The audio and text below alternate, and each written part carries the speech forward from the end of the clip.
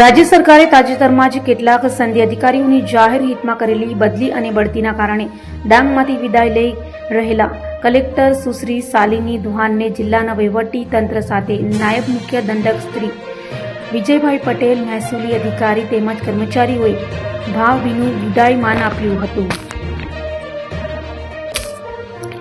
છેલ્લા એકાદ વર્ષથી ડાંગ જિલ્લા વહીવટી તંત્રના વડા તરીકેનો પદભાર સંભાળી રહેલા સુશ્રી શાલિની દુહાને જિલ્લાની વિષમ પરિસ્થિતિ વચ્ચે ડિઝાસ્ટરની કામગીરી, ચૂંટણીલક્ષી SIR સંબંધિત કામગીરી, VVIP મુવમેન્ટ, અનેક ઉત્સવો અને તાજેતરમાં જ સંપન્ન થયેલા ડાંગ દરબાર જેવા કાર્યક્રમો પણ સફળતાપૂર્વક પાર પડ્યા છે.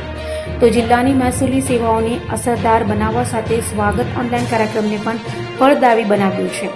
ડાંગના દુર્ગમ ગામડાઓ ખૂંદીને ત્યાંના લોકોના સ્થાનિક પ્રશ્નોને પણ હલ કર્યા છે. સાથે જ વીજળી, નાણાં અને પાણી બચાવવા સાથે કચેરીના રિસોર્સનો બહેતર ઉપયોગ કરી પ્રજાહિત માટે કઈ રીતે વધુ સારું કાર્ય કરી શકાય તે માટે વિશેષ ધ્યાન આપ્યું હતું.